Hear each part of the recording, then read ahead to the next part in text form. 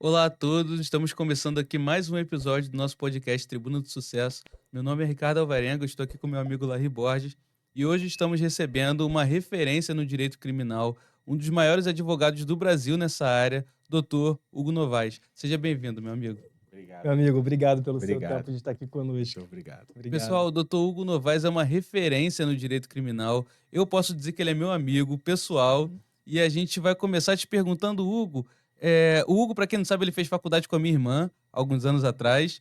E eu quero saber de você, Hugo, o que que te fez escolher o direito? O que que te fez escolher essa área criminal? Conta mais um pouco pra gente.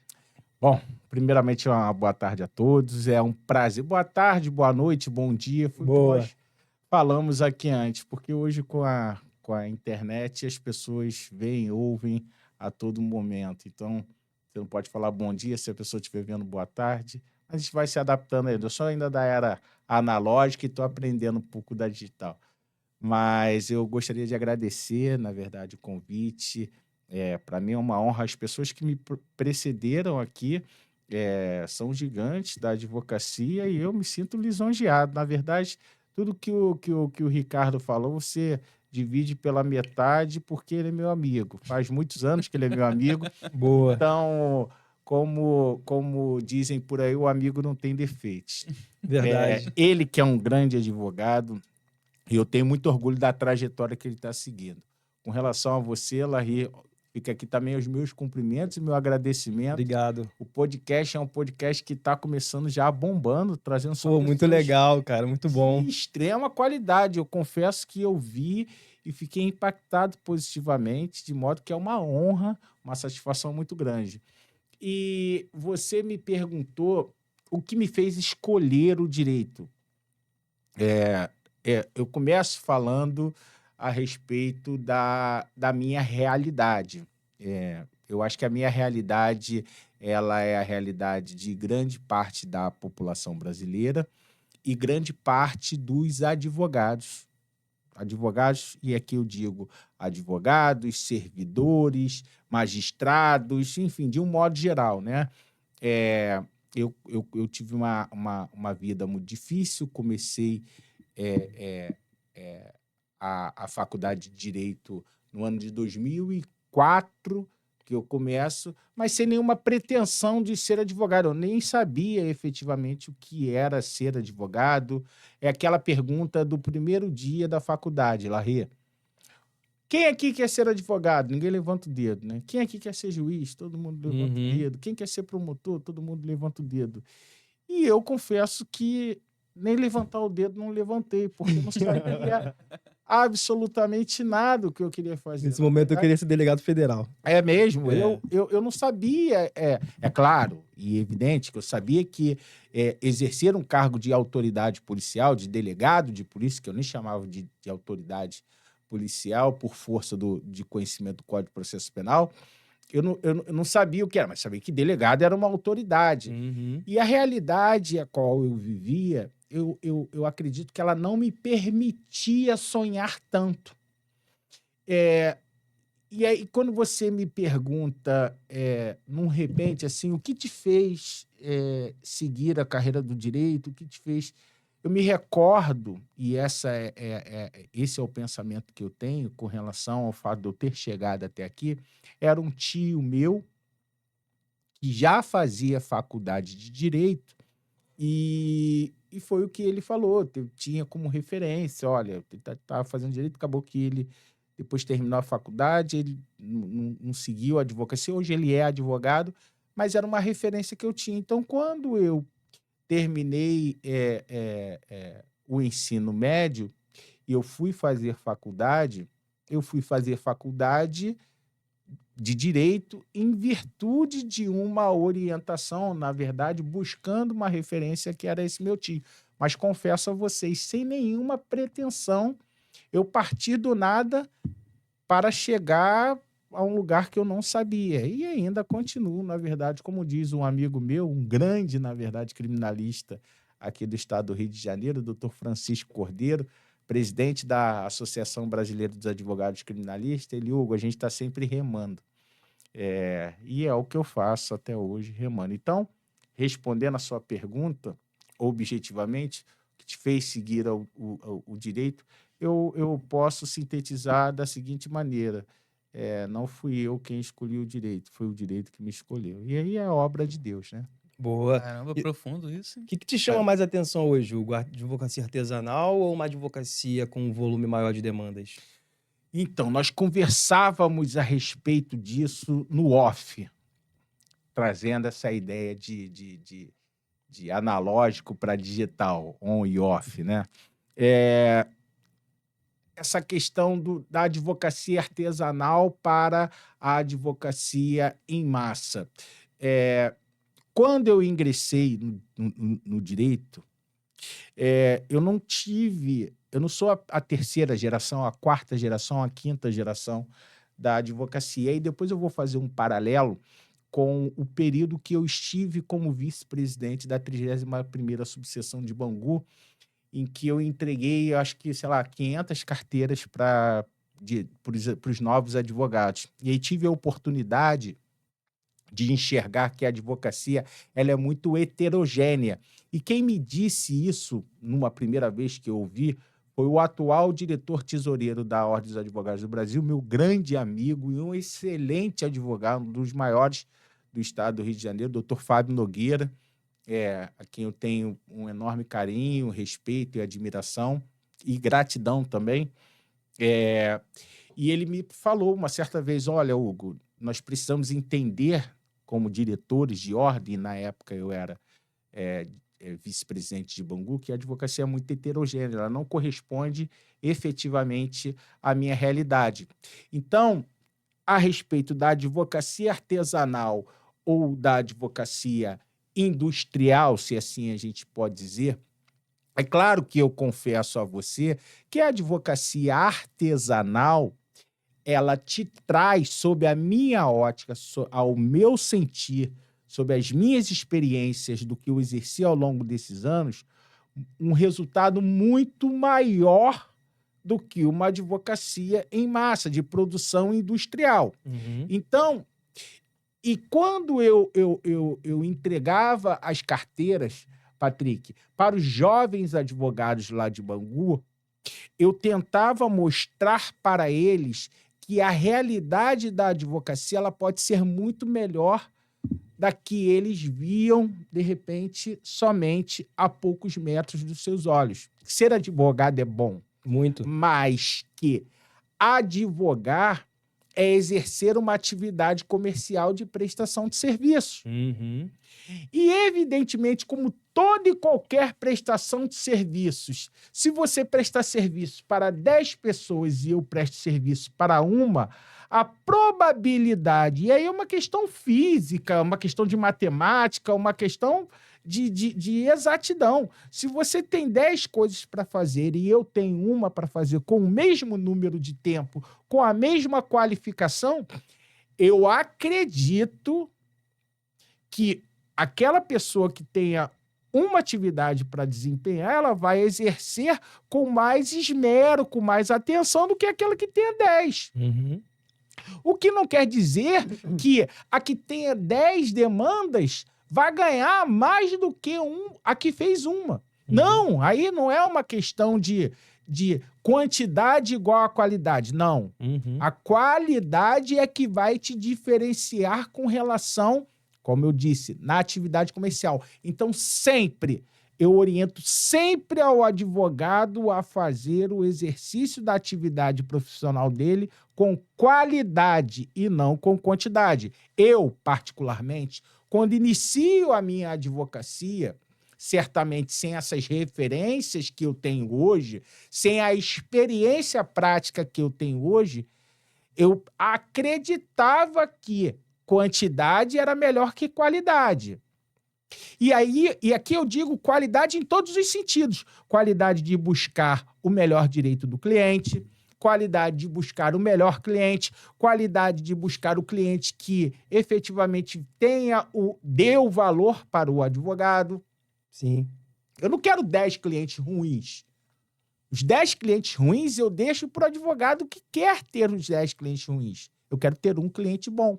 Porque eu vou prestar um serviço bom para ele, esse cliente vai me reproduzir em honorários, em contrapartida de honorários, e eu vou ter êxito no mercado, eu vou utilizar isso em meu favor, e aí a questão da era de vocês, da rede social, que se utilizam muito bem disso, vou dar publicidade no sentido de informar aqueles resultados positivos que eu obtive e, consequentemente, eu vou atrair outros clientes. Porque advogado bom, eu costumo dizer, advogado bom é advogado que traz resultados. Que resolve o Que problema. resolve problemas. Pô, Ele é um com certeza, resolvedor com de certeza, E a com gente tá certeza. falando isso desde o nosso primeiro episódio aqui com a Natália, né? Sim.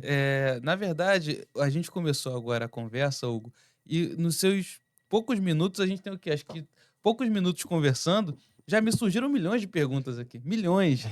E a primeira delas, na verdade, né, eu quero saber a sua opinião. Eu admiro muito a advocacia criminalista. Muito. Apesar dos ataques que os advogados vêm sofrendo, que a gente vai falar sobre isso hoje, é importante, é necessário, mas vamos deixar isso para o momento posterior. A gente está começando ainda. Sim. Eu admiro muito a advocacia criminalista porque ela é o que tem mais próximo, na minha opinião, Sim. é o que tem mais próximo do common law aqui no Brasil.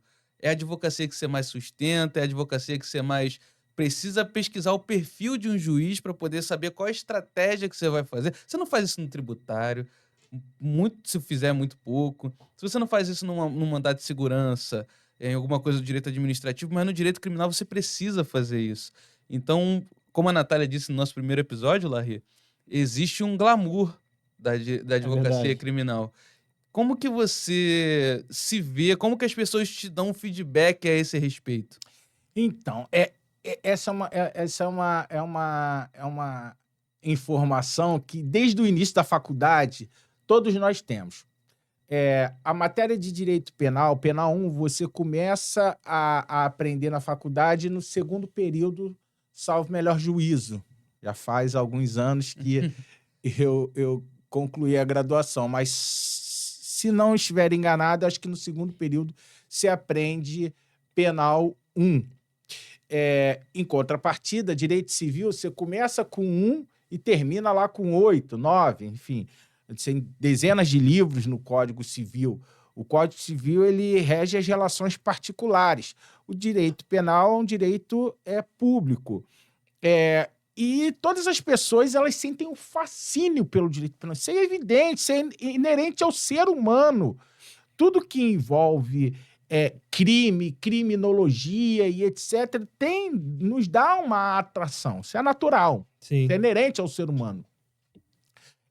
Mas, a partir daí, você exercer a advocacia criminal, Ricardo, é necessário que você tenha vocação. E aqui eu não estou fazendo nenhum desmerecimento a qualquer outro ramo do direito, apesar de eu ter ouvido da própria ministra do Superior Tribunal de Justiça, Daniela Teixeira, que direito é penal e o resto é apenas contrato. Parafraseando a ministra, que agora saiu de uma turma criminal e foi para uma turma civil. Aí, ó. Foi trabalhar com contrato. O tempo julgou. Exatamente, mas a ministra Daniela, que foi uma excelente advogada criminalista,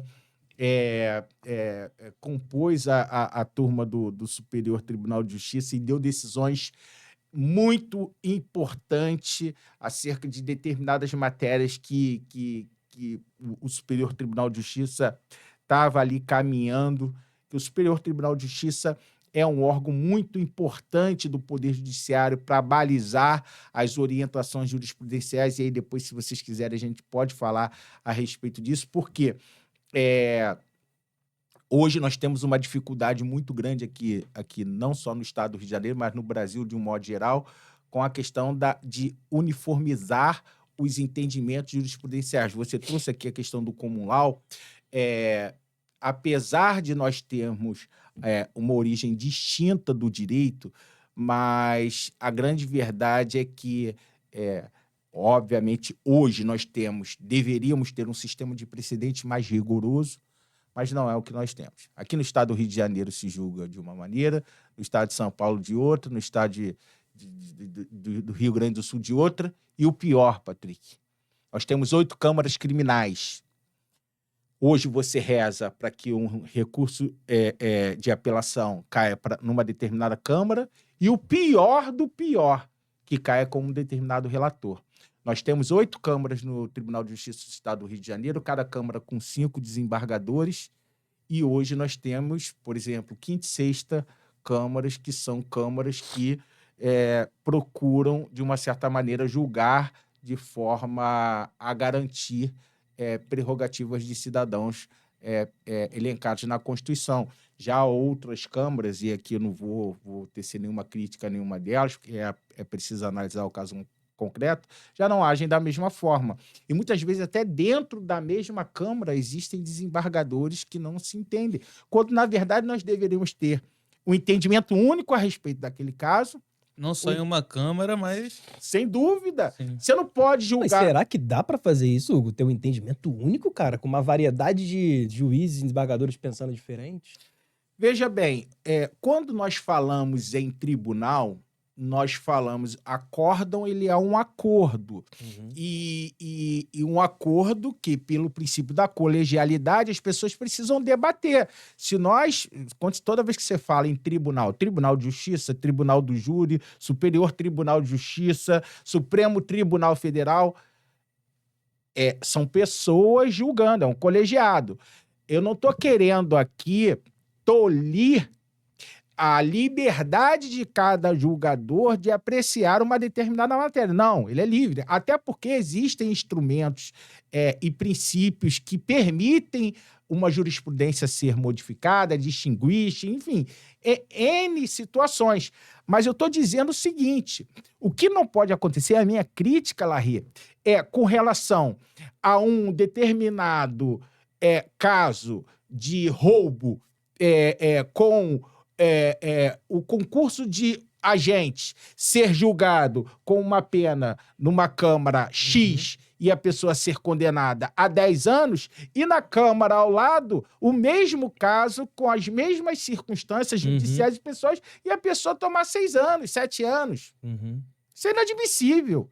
Então, assim, um apenado receber a progressão por um determinado crime e o outro apenado que também cumpriu as mesmas exigências, não. O que nós temos que ter é análise do caso concreto. A liberdade era para que se apure dentro do caso concreto. Se é para absolver, se é para negar, se a pena estiver dentro daqueles parâmetros. Agora, neste caso aqui eu absolvo, neste caso aqui eu condeno, neste caso aqui a pena é de 50 anos e neste caso aqui a pena é de 5 anos.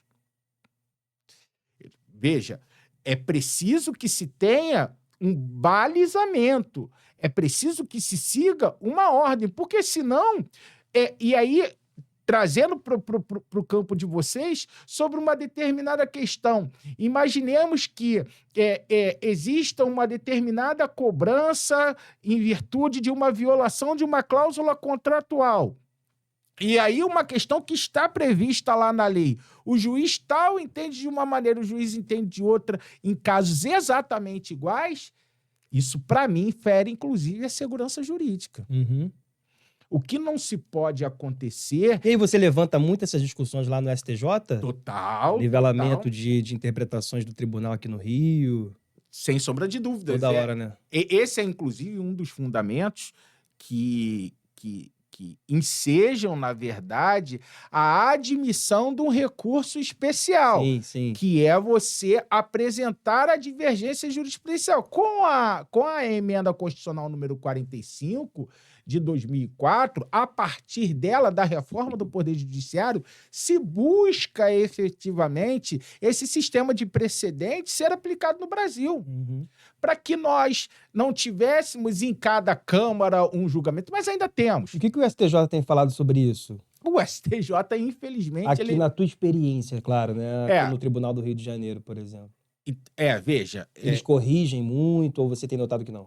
Olha... Vou aproveitar o gancho da pergunta e Por favor, não deixe de responder a pergunta dele, mas é que também me surgiu uma pergunta aqui. Fica à vontade. Como é que eu já atuei também em alguns casos em tribunais superiores, mas você tem uma atuação muito forte em tribunais de segunda instância e até de terceira. É, Como que você faz na sua advocacia criminal para combater a jurisprudência defensiva dos tribunais, para você conseguir fazer o recurso ser admitido, ele subir e o mérito ser apreciado? O mérito não, porque eles não apreciam o mérito lá em cima, mas para o recurso ser apreciado. Boa.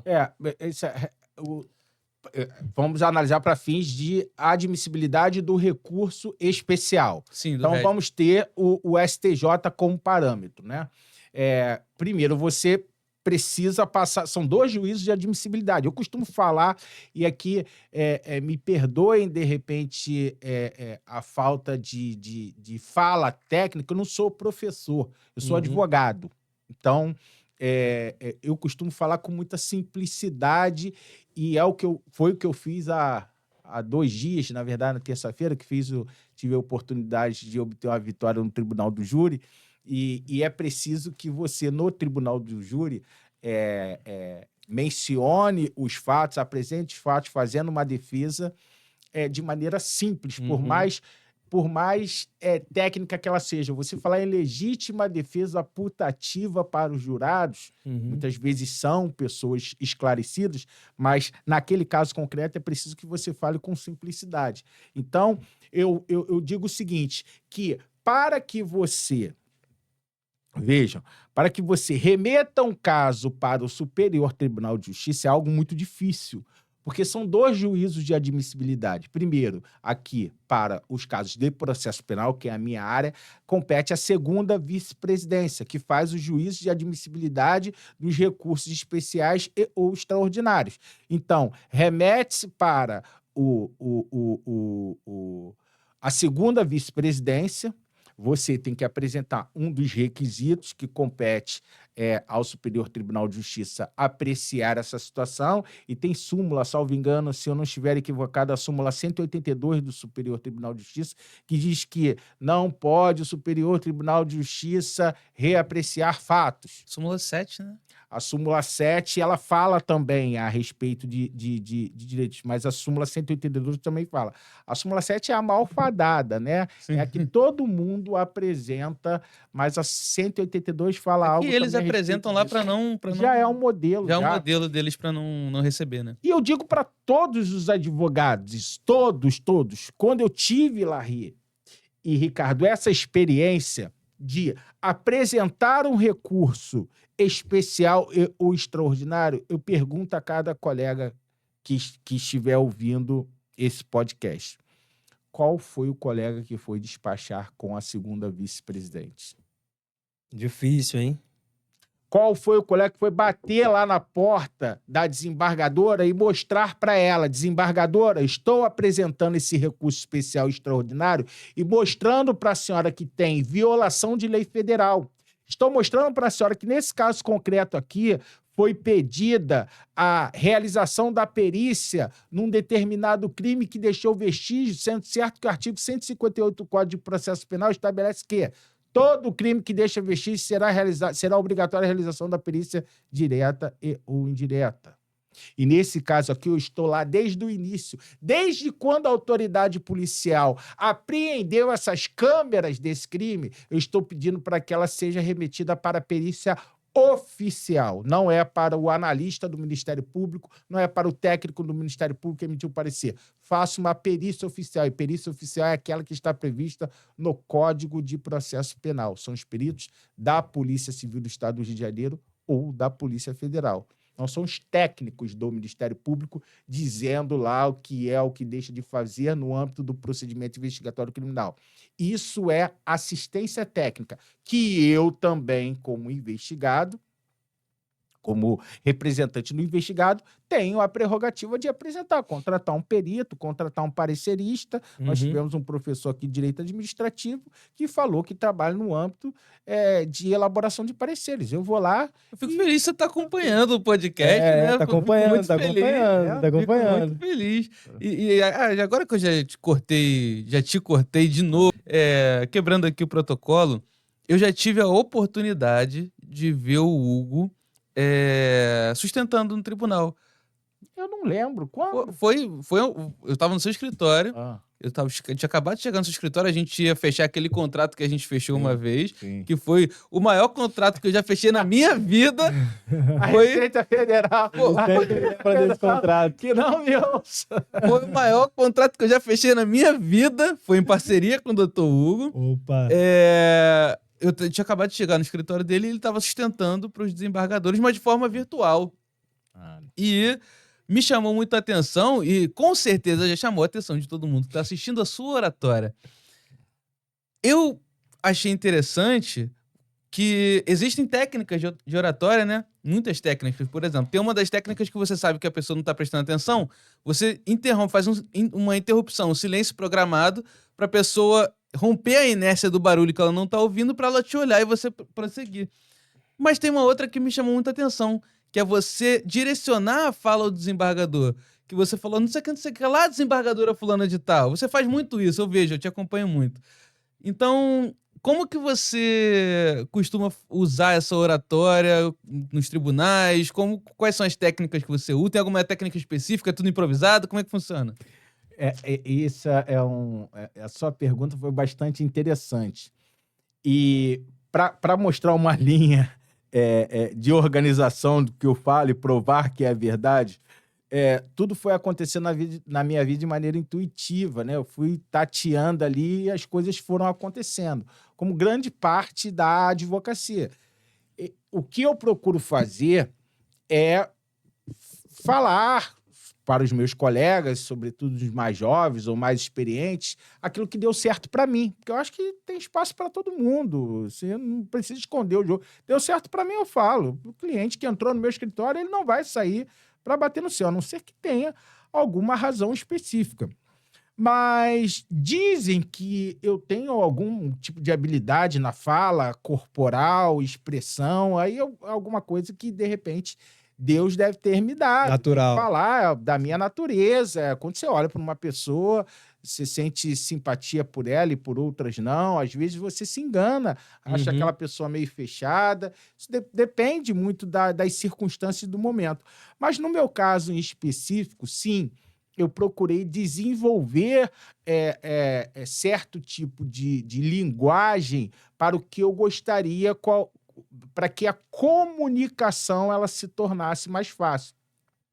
Confesso a você, Ricardo, que eu considero um pouco indelicado parar de falar, dar uma pausa para atrair a atenção das pessoas. Eu, particularmente, e isso daqui é uma questão minha, quando algumas pessoas, e eu estou às vezes lá hoje, exerço com muito orgulho o cargo de conselheiro da seccional do estado do Rio de Janeiro, e às vezes eu vejo alguns colegas lá fazendo relatório e natural, debate, são muitos conselheiros, né? E às vezes algumas pessoas param de falar, aqueles segundos, né? Eu acho que seria mais educado falar, pessoal, deixa eu terminar, deixa eu concluir, gostaria de pedir a atenção de todos aqui, é um caso muito importante, e etc.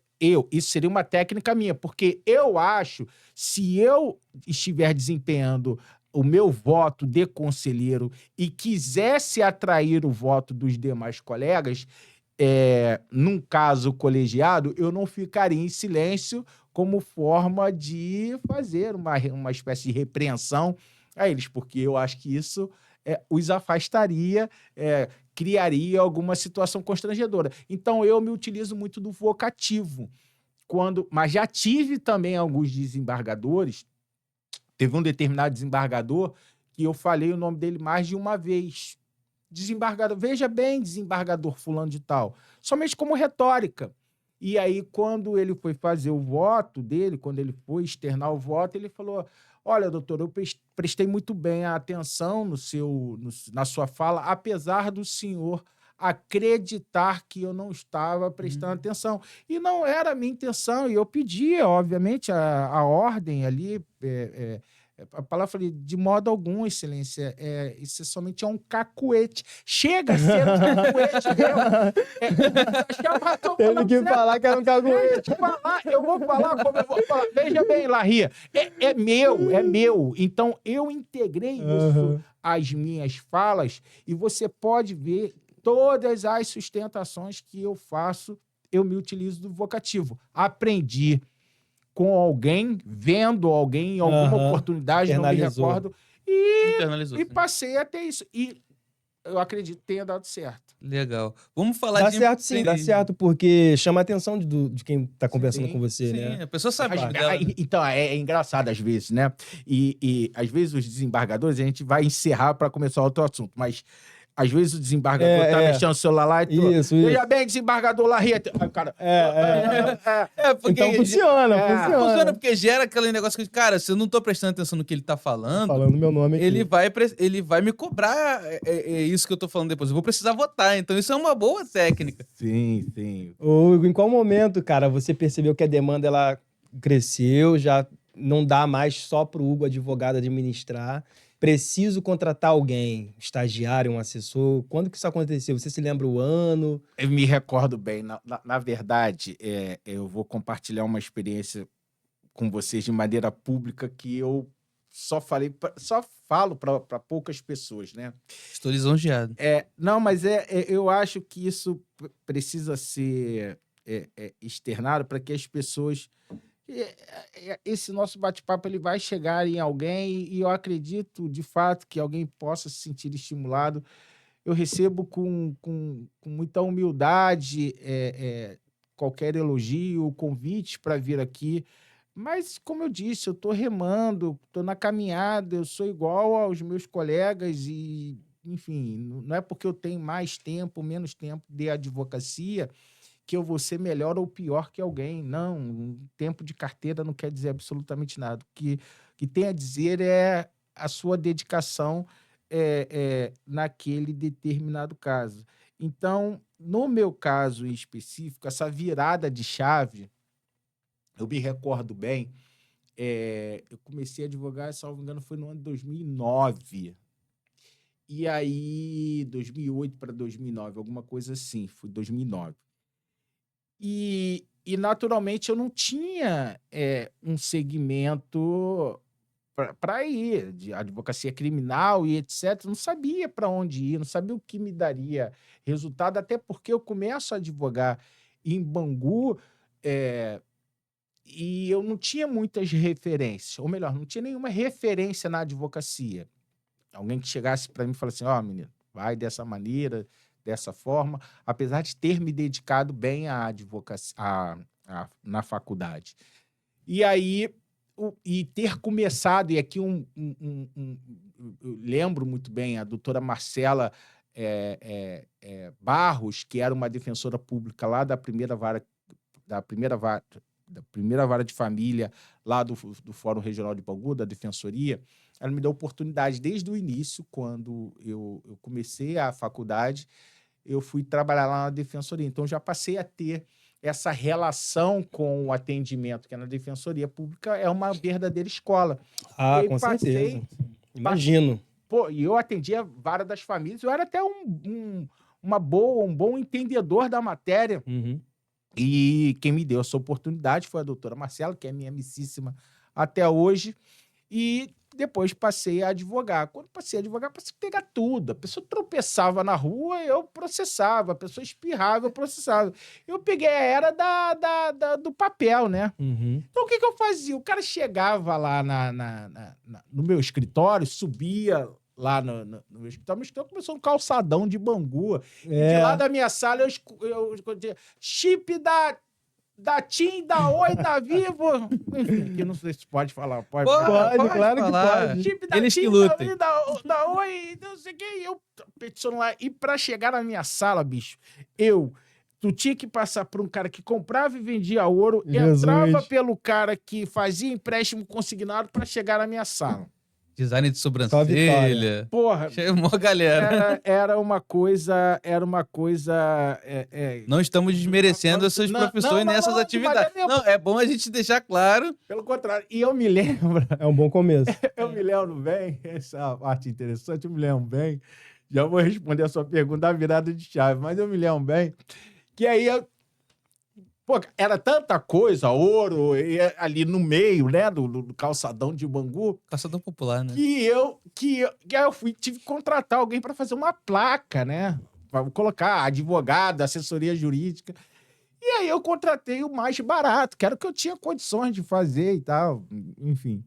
Não sei se a placa tá lá até hoje, se alguém estiver passando pelo calçadão de Bangu, lá já perto do final, já chegando lá na estação, que era quase ao lado do Banco McDonald's. Bradesco ali, do outro lado, em frente ao do outro lado. McDonald's, Sim, sim. em frente ao Banco Itaú. Ali já foi Itaú, já foi Bradesco, ali já teve todos os bancos. Era Banerj ali. Já sim. E aí eu fui contratar, sabe aquelas placas amarelas que compro, vendo ouro e etc. E eu falei, rapaz, tem que colocar que é assessoria jurídica. E aí eu contratei o rapaz lá que indicaram, que era o cara mesmo, o cara que comprava e vendia ouro, que ia fazer a placa lá para mim, assessoria jurídica. Alguém me falou que a assessoria jurídica atrairia mais cliente do que escrever advogado. Eu falei, pô, eu quero escrever assessoria jurídica. Eu falei, cara, escreve assessoria jurídica e coloca ali. Rapaz, quando eu vi o cara colocando assessoria jurídica, ele escreveu assessoria jurídica com C. Nossa. Aí eu falei, meu Deus do céu! Acessório jurídico. Meu Deus do céu! E aí ele, pô, doutor, mas aí vai ficar mais caro pra resolver e tal. Eu falei, cara, conserta isso daí. E do C ele puxou um S e botou Qual é? mais um Nossa. S. E aí... E assim foi. E assim foi o meu E assim começo. foi o começo E assim do foi o meu Dr. Hugo começo. Novaes. E aí eu me recordo bem que eu já vi ainda existia tribunal do júri em Bangu. E eu, enquanto vice-presidente de subseção, batalhei muito para isso, porque hoje nós só temos, por força de determinação do Tribunal de Justiça do Estado do Rio de Janeiro, nós só temos tribunais nas comarcas. Então, hoje, no município, na capital, nós só temos 4 tribunais. Hoje nós temos uma demanda muito grande. Por exemplo, esse júri que eu fiz anteontem, de um réu preso, ele foi designado, teve sua sessão designada há 6 meses. Então, nós estamos falando de uma pessoa pronunciada, já com trânsito julgado de sua decisão de pronúncia, com uma sessão plenária marcada para que o povo julgue daqui a 6 meses. Então, assim, é inadmissível você marcar uma sessão de julgamento do tribunal de 6 meses depois, e se tratando de réu preso. Cara, eu queria um papel e uma caneta. Eu tenho tanta coisa pra te perguntar que eu preciso anotar. Mas a virada de chave, pra Vai, gente fala. não ver. A virada de chave, como eu disse, eram tantas coisas que eu fazia, e, obviamente, quando chegava no final do mês, tinha muita conta e pouca grana. E aí eu comecei a ver, e eu tinha muita demanda, e aí a coisa começou a meio que se popularizar lá em Bangu, e começou até porque eu atendia todo mundo, eu sempre fui um cara muito falante, muito comunicativo, e a coisa começou a se alastrar ali no calçadão. Isso nós estamos em qual ano? Nós estamos no ano de 2009, 2010. Já no comecinho No comecinho mesmo, eu já começo, porque eu tinha experiência do atendimento da defensoria. da defensoria, um atendimento em massa.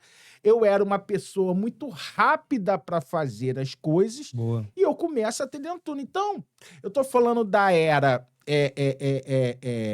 de papel, de processo, que não era digital.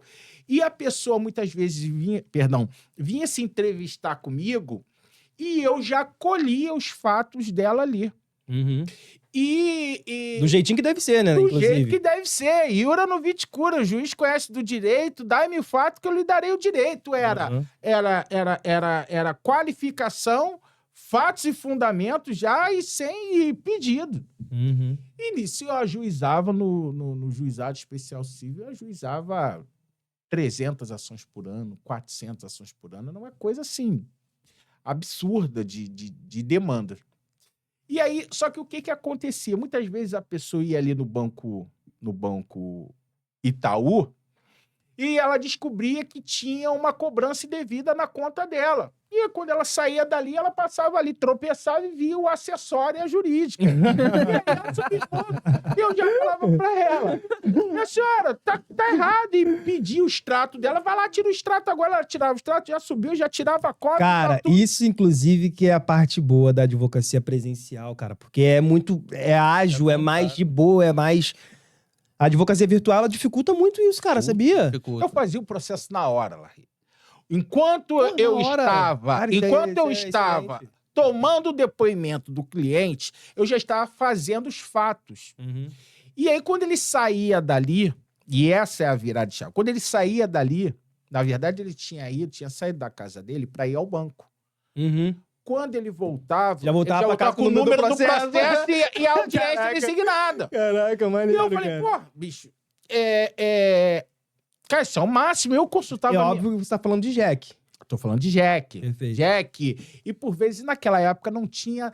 O Tribunal de Justiça não tinha essa política que possui hoje com relação a praticamente uma súmula 7 para deferir gratuidade de justiça. É quase que isso, né?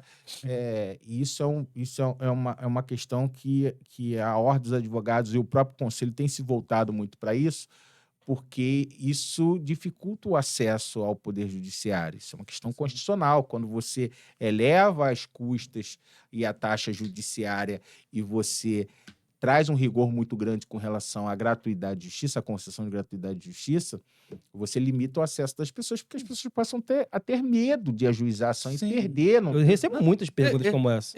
Esses dias eu tenho um cliente que é médico, ele não quis entrar com um processo na vara civil porque pra ele entrar com o processo Mas tava com razão nesse mil caso, e né? pouco. Não, e outra, É médico, né? Não, sim, Mas eu mas recebo o muito- fato dele ser médico não deveria influenciar no valor das custas que ele paga. O É. que influencia é o valor da causa, não Na verdade... É, o valor da causa dele Não, deve e ser outra alto, né? coisa, aqui as custas no Rio de Janeiro, elas são mais caras do que no resto do Brasil. Eu acho que teve aquela desculpa de construir aquela lâmina lá do Sim. TJ e até hoje as custas são altas. Eu não sou civilista, não.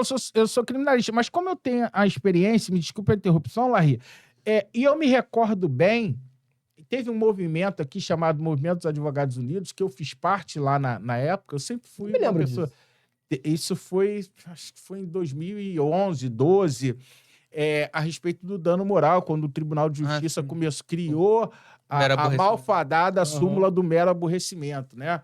Uhum. E aí, eu me recordo bem que essa questão das custas, da gratuidade de justiça, que eu passei a entender a respeito disso, que fala assim, ó, uma pessoa que ganha R$1 milhão por mês, ela pode ter a gratuidade de justiça deferida? Sim, pode. Desde que ela tenha Desde gás que ela tenha suficiente. gás inerentes a 2 milhões, por exemplo. Uhum. Por 1,5 milhão. exemplo, ela é uma pessoa pobre na forma da lei. Hipossuficiente. Hipossuficiente. Então, assim, digamos que uma pessoa ganhe, que um médico ganhe R$1 milhão por mês, mas tem uma filha que ou esteja tratando um câncer que ele gaste R$2 milhões. Essa pessoa poderia ter deferido, não é benefício. Eu costumo falar o seguinte, advogado precisa compreender que o Tribunal de Justiça, o Poder Judiciário, não dá benefício, é direito. Direito se exige, não é benefício da gratuidade de justiça, é o direito Não, da favor. gratuidade de justiça. Exatamente. Uhum. Não se pede, não se implora nada de Exata- Se exige direito de pé. A impressão que eu tenho hoje é de que a gente tem que implorar a gratuidade de justiça, né? Não é assim que deve ser. Claro, o debate ele precisa ser republicano, Sim. ele precisa ser técnico, não é fazendo como algumas pessoas acreditam, panelaço na porta do Poder Judiciário que você vai conseguir nada. É com técnica, existe o Conselho Nacional de Justiça, existe o Conselho Nacional do Ministério Público, que existem pessoas integrantes da advocacia nesses órgãos, diga-se de passagem. Nós temos o 5º Constitucional, nós temos advogados que passam a integrar o Poder Judiciário. Então, assim, a gente não está de um tudo perdido. Precisamos saber o caminho certo para que as coisas sejam exigidas. Você acha que o advogado que integra o 5º, ele se desvencilha da natureza advocatícia dele? Porque eu acho que quando ele entra ali, ele muitas vezes esquece que ele foi advogado, né? Então, essa é uma questão eu vou responder primeiramente a sua pergunta da virada de chave. E aí, nesse ponto, eu falo com rapidez isso para a gente abordar essa questão do quinto constitucional. No ano de 2012, eu passei... Eu me lembro exatamente quando foi. Foi na virada mesmo, Natal, Ano Novo, pro ano seguinte. Não sei se foi 2011 para 2012, 2012 para 2013. E eu falei assim, cara, eu tenho 400 ações ajuizadas por ano. Dessas 400 ações ajuizadas por ano, eu tenho... 400 por ano é uma por dia, Gabriel. Caraca, é coisa pra caraca, mano. Eu tinha 40 ações por mês. É mais uma por dia. Eu tinha 40 ações por mês. E aí, só que o que acontece? A pessoa tinha saído, trazer um pouco pro código, pro direito penal, o dolo da pessoa, quando ela saiu de casa, que é a consciência mais à vontade, o dolo dela era de ir ao banco, tirar o extrato, sacar o pagamento dela. Não era de ajuizar uma ação. Quando ela voltava para casa dela, ela voltava com o extrato do banco e com uma ação embaixo do braço ajuizada. Ela não tinha nenhum tipo de comprometimento com aquela demanda, ela mal me conhecia. E aí, o que acontecia na prática? A pessoa, muitas vezes, não atualizava o telefone dela, não atualizava o endereço dela, e quando o escritório, que já tinha dado ciência para ela dar audiência, porque quando você distribuía a demanda no juizado, não sei se ainda hoje colocar um adendo aí, sem pagar nada por isso, só ganhando ao final. Exatamente. Aí, compromisso dela. Honorário de êxito. E aí, as pessoas faltavam a audiência. E quando essa senhora voltava ao meu escritório?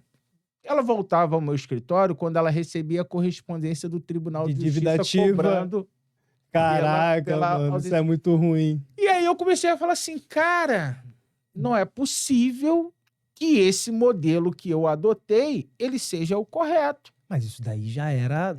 Não é uma coisa muito em massa, mas já é um por dia já é coisa pra massa, cara, não? uma coisa muito... Isso é massa, Um por dia já é coisa pra massa. caramba.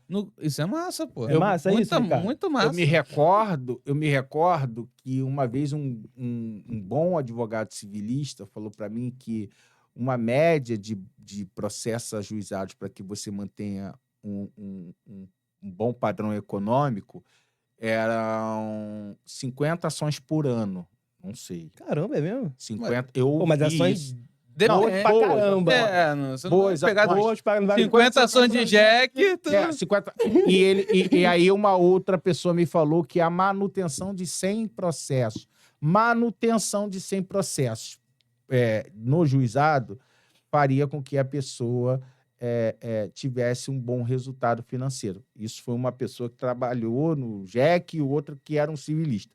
Porque, veja, você resolveu 10 demandas, você ajuiza 10 demandas. Você vai ter sempre ali 100 demandas acompanhando. E aí você se dedica a ela e foram aquelas informações que nós falamos. Não numa produção em massa. Ajuizar 400, 500, 480.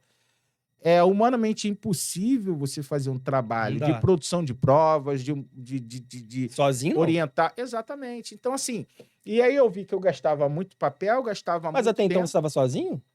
Eu tinha pessoas que esporadicamente me ajudavam ali, não tinha estrutura que eu tenho Mas não hoje. era funcionário, nada disso. Não, era na verdade um estagiário que eu tinha uma secretária. Então, assim, só que Secretário não fazia petição. não fazia petição, só atendia telefone e nós anotávamos os processos naquele livro preto, grande, enfim. Pelo que eu me recordo, quando eu cheguei nos 150 ou 200 processos, foi quando eu percebi que eu não conseguia mais conduzir sozinho. Como é que foi no seu caso? Então, e aí, exatamente no ano de 2012, que eu não lembro se foi de 2011 para 2012, 2012 para 2013, falei, cara, eu não quero quantidade, eu quero qualidade. E aí eu comecei, e aí já em janeiro, eu já comecei a falar assim, cliente que batia na minha porta, falava, para ajuizar a ação custa R$50. Isso em qual ano? Foi em 2012 ou 2013, eu não me recordo. Sei que foi em janeiro, ou de 2012 ou de 2013. E aí eu reduzo drasticamente a quantidade de ações ajuizadas no juizado, na vara civil, e começo a ter demandas criminais. Porque até então havia uma quantidade muito maior de demandas cíveis, que era o que eu me deparava. Eu não tinha, na verdade, uma roupagem forte na advocacia criminal. Eu tinha, na verdade, muita demanda ajuizada. Eu até acredito que, de repente, isso possa ter me dado um pouco de rodagem para que eu pudesse Conhecido. ingressar no mercado e poder me habilitar a trabalhar na área criminal. E aí ter alguma desenvoltura. Porque eu fazia tanta audiência, eu tive um dia no juizado que eu tive 23 audiências no mesmo dia. Caramba, cara. Tá Caramba. falando do Fórum de Bangu, No assim? Fórum de Bangu, Nossa, velho. É, de conciliação. E aí a minha secretária, nesse dia, ela ficava numa ponta do corredor e eu na outra. E aí ficava indo ali, sabe? mas é você sozinho? Sozinho. Você fez sozinho? Sozinho. 23. Você pode buscar Caraca, isso cara. Não, pela minha OAB. eu acredito em você. E você vai ver a quantidade de ações ajuizadas. Mas, assim, se você for me perguntar o resultado disso financeiro, foi, assim, certamente um prejuízo muito grande, mas que me serviu de Sério? experiência. Claro, porque eu ajuizava essas ações e muitas dessas pessoas não compareciam sequer para a audiência, como eu disse. E você tinha que se Isso deslocar, tem que perdia entrar na tempo. tua análise de prejuízo, claro. sim. Claro que tem E que me entrar. criava, ela ria um problema muito grande, que a pessoa voltava depois Aham. aborrecidíssima, criando um problema muito grande. No Uhum. meu escritório eu tinha que conduzir. E aí eu me recordo até que e foi quando, numa determinada vez, uma cliente,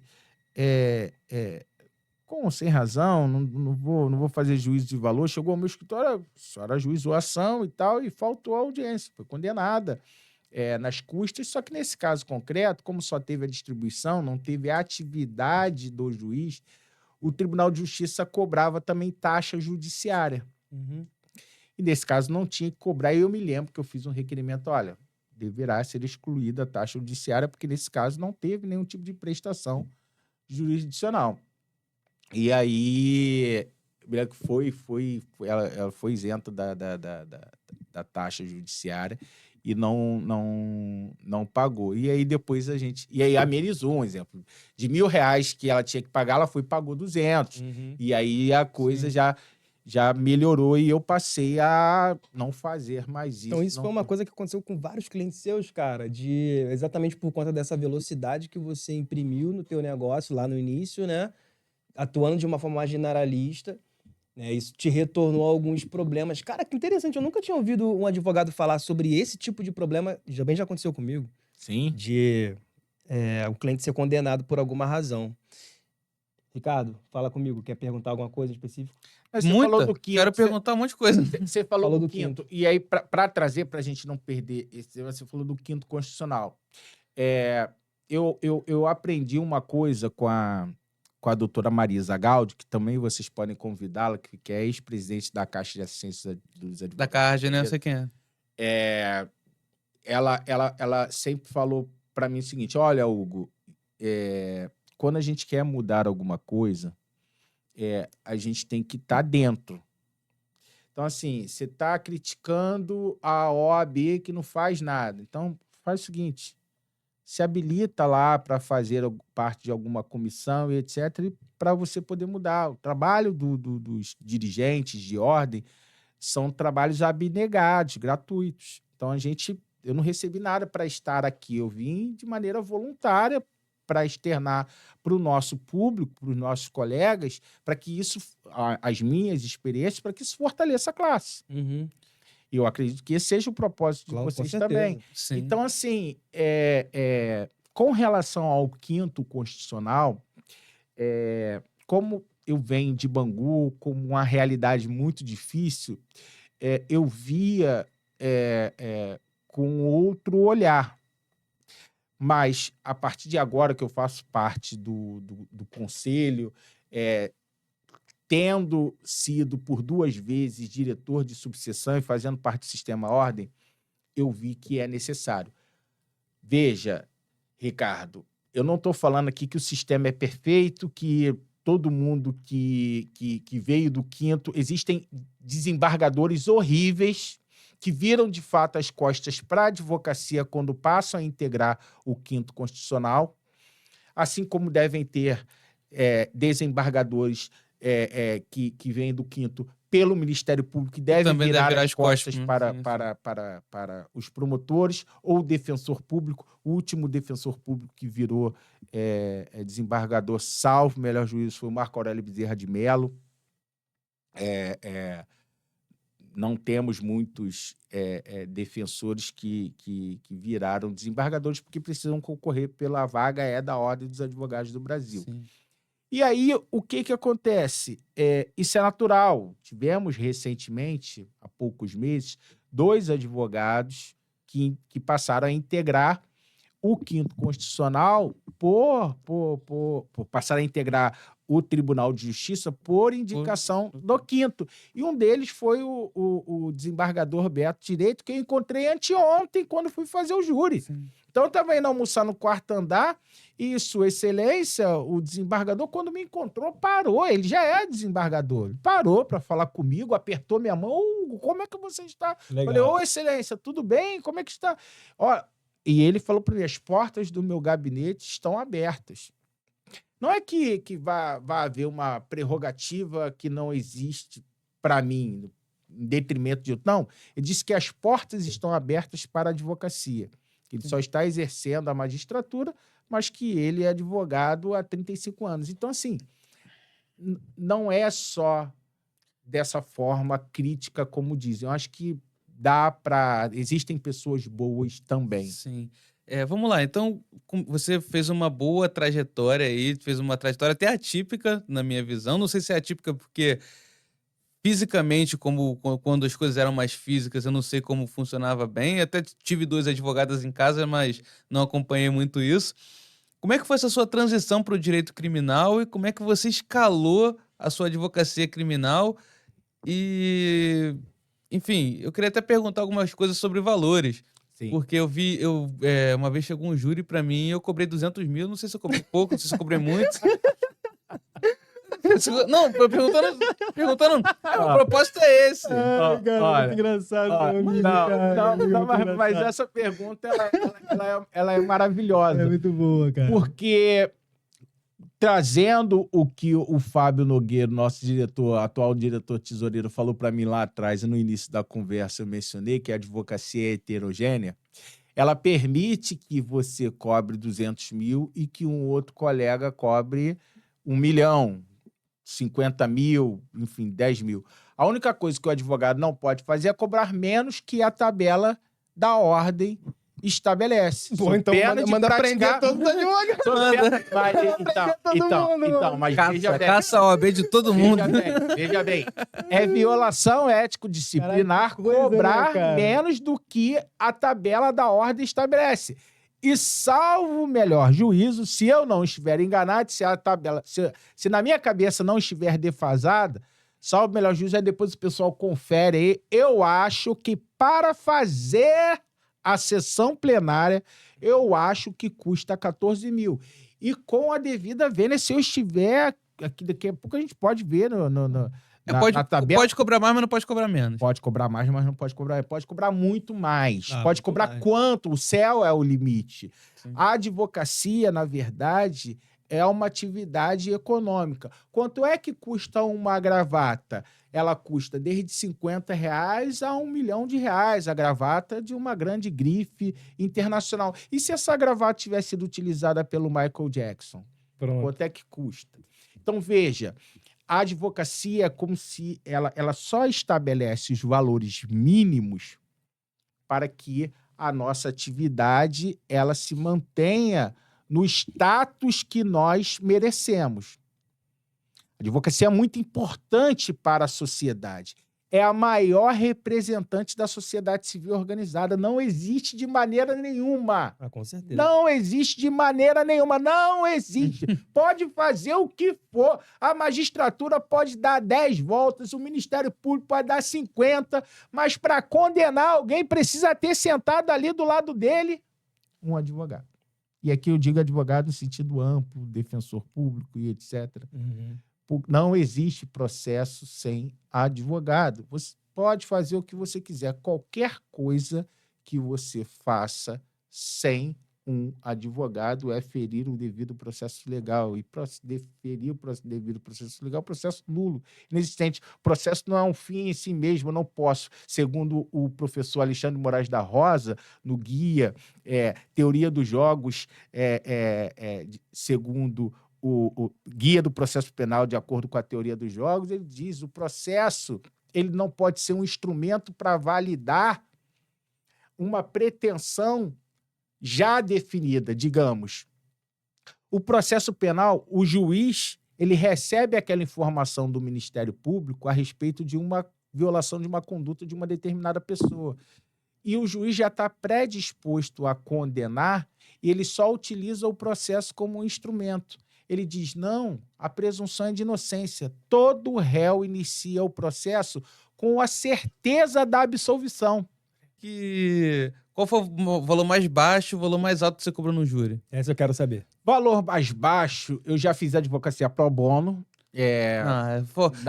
Exclui essa resposta da pergunta. Sim, então, e isso não é violar conduta ética.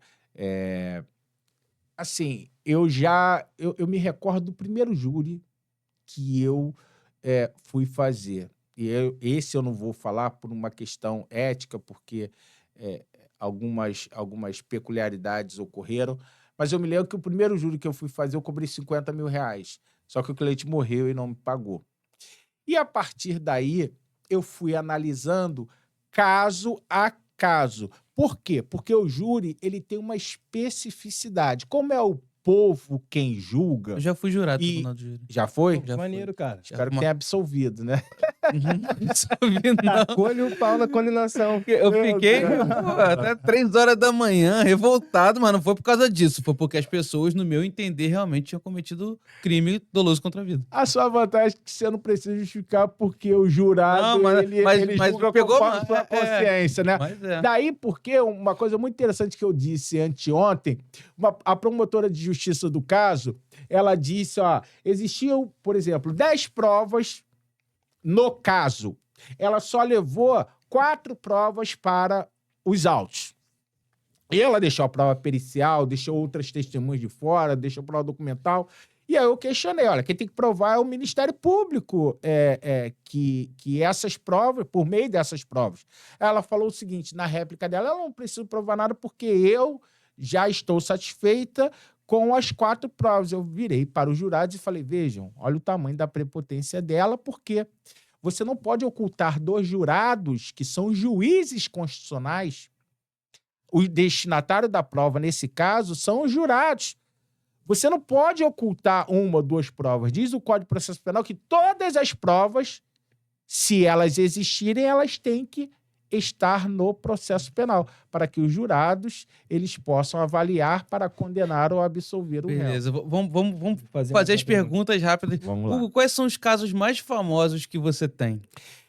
Então, eu não costumo falar eu não tenho fama, não me considero uma pessoa famosa. Os casos mais midiáticos. Os casos de repercussão. Isso. Eu já tive alguns casos de repercussão, mas sem sombra de dúvidas, no momento de 2021 para cá, um caso que tem sido bastante veiculado, claro, por conta das suas peculiaridades, é o caso do pequeno Henry e da Monique Medeiros, porque eu sou o advogado dela, acompanho o caso desde 2021 e, de fato, é um caso que a sociedade ela tem muita curiosidade em saber. Sim, sim.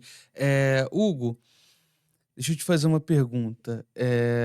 Eu esqueci a pergunta. Uma das minhas curiosidades nesse caso da Monique Medeiros é o seguinte, Hugo.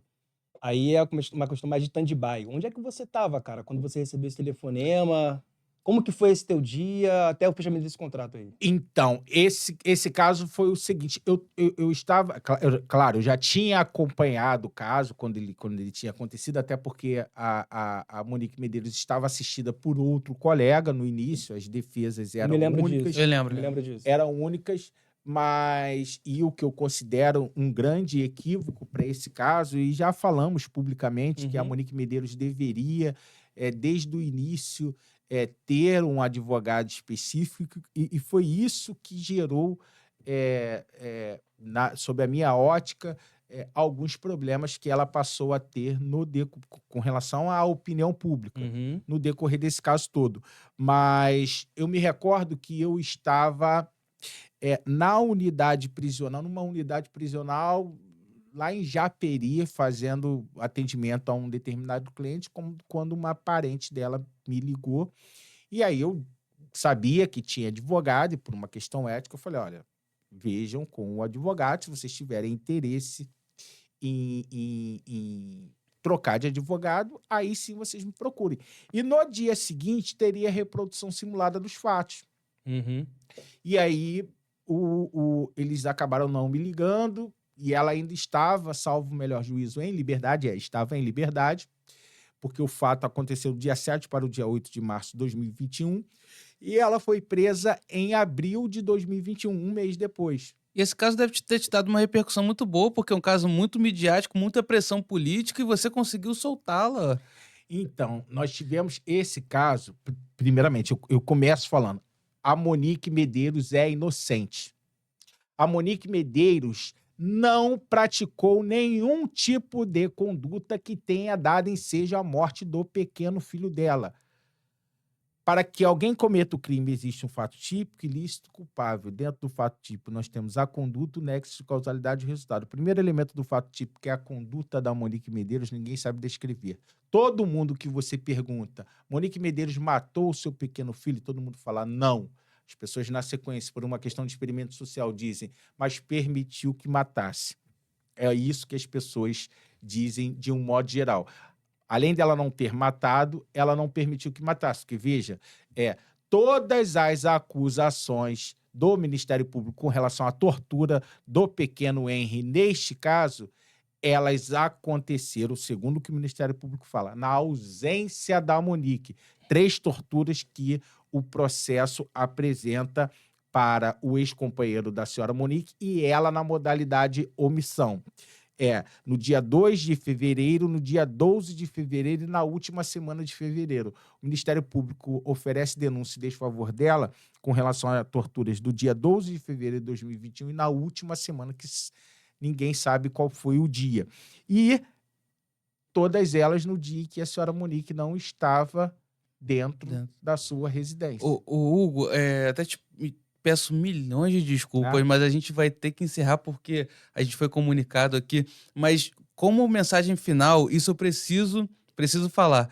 O doutor Hugo, assim como outros advogados desse caso, está sofrendo muitos ataques pelo exercício da profissão, pelo exercício da advocacia. Eu, como advogado, vou me posicionar aqui, eu acho um absurdo colegas advogados atacarem o doutor Hugo, porque a sociedade civil, em geral, tem opinião, isso é do jogo, mas quando você é advogado e você ataca um colega de profissão, na minha opinião, você está violando o juramento solene que você fez. Então, na minha opinião, você deveria, inclusive, sofrer um processo administrativo sancionador mais rigoroso dentro das normas da OAB. Então, convido até os representantes da OAB a tomarem uma providência contra isso e contra estelionatos, contra advogados, que está acontecendo muito com todo mundo. Estão usando a foto de todo mundo, já usaram a foto do Dr. Hugo, já usaram a foto do Gabriel Quintanilha, que esteve aqui ontem, já usaram a foto do Dr. Larry. Só não usaram a minha porque eu tenho uma estratégia muito específica para isso e porque eu não sou tão bonito quanto eles. Você me permite só adendo? Uma orientação para esses estelionatários. Não façam isso com a gente, porque depois vocês vão precisar dos advogados para lhes defender. A pior classe para você praticar o estelionato é contra o advogado. Não, pior, você tem que contratar. Essa semana me ligou um advogado tentando me passar o golpe do Nubank, o estelionatário, não de advogado, perdão, um estelionatário, eu tô falando rápido porque a gente tem que encerrar. Tentando me passar o golpe do Nubank. E eu cheguei pra ele, atendi, sabia que era golpe, já sou advogado há muitos anos, já sou de Bangu, já conheço muito golpe. E aí ele chegou, não, porque, doutor, seu problema tá com... Você teve uma compra aprovada de R$4 mil na Nubank. Eu falei, nem tem conta na Nubank. E aí eu falei, aí assim que ele me ligou, que foi pra falar com o atendente, eu botei pra atender, eu falei, alô? E ele falou assim... posso te ajudar? Eu falei, olha, meu amigo, eu tô com um caso de estelionato, sou advogado, pode anotar meu número aí, eu tô com um caso de estelionato e a gente tá indo muito bem no processo, então, sempre que você precisar. E aí ele, qual foi, Ti? Você tá rastreando meu presídio? Eu vou rastrear a tua casa, eu vou mandar encher a tua casa de bala, seu carioca, filha da... Porque eu não vou falar. Caraca, Ó, Larry, mano, que doideira. eu sei que a gente tá nas exposições finais, mas Se encerrar. eu tive um caso que na próxima oportunidade que vocês me convidarem, eu vou contar de um estelionatário que tentou me aplicar o golpe. Naquela época era o do falso sequestro, que eles ligavam. Tá falando que você E aí gostou o cara dessa família. começou tentando me extorquir. Começou bem. E terminou me pedindo orientação a respeito da progressão do regime. Caraca, cara. Então, essa foi uma situação muito interessante. Pessoal, Cara que não estamos gravou, né? encerrando mais um episódio do nosso podcast Tribuna do Sucesso. A gente gostaria muito de estar aqui com o Dr. Hugo, inclusive mais horas. A gente acha que vai convidar ele novamente, porque eu não consegui extrair dele tudo que eu Não deu, precisava. poxa, infelizmente. Então a gente vai te chamar novamente, Hugo. Então a gente está encerrando aqui. Meu nome é Ricardo Alvarenga, estou aqui com meu amigo Larry Borges e espero que vocês tenham gostado. Apesar de curto, podem ficar tranquilos que ele vai voltar. Ele voltará, igual o filme de Vingadores final. Isso, ele voltará. Hugo, mais uma vez, obrigado pelo seu tempo. Com certeza, para você estar aqui, alguma coisa ficou para trás na sua agenda. Então, obrigado mesmo pelo seu tempo, meu irmão. Foi Obrigado, um prazer te ver obrigado. aqui hoje de novo. Obrigado, meu amigo. Obrigado. Tchau, tchau, pessoal. Tchau. Poxa, cara, que...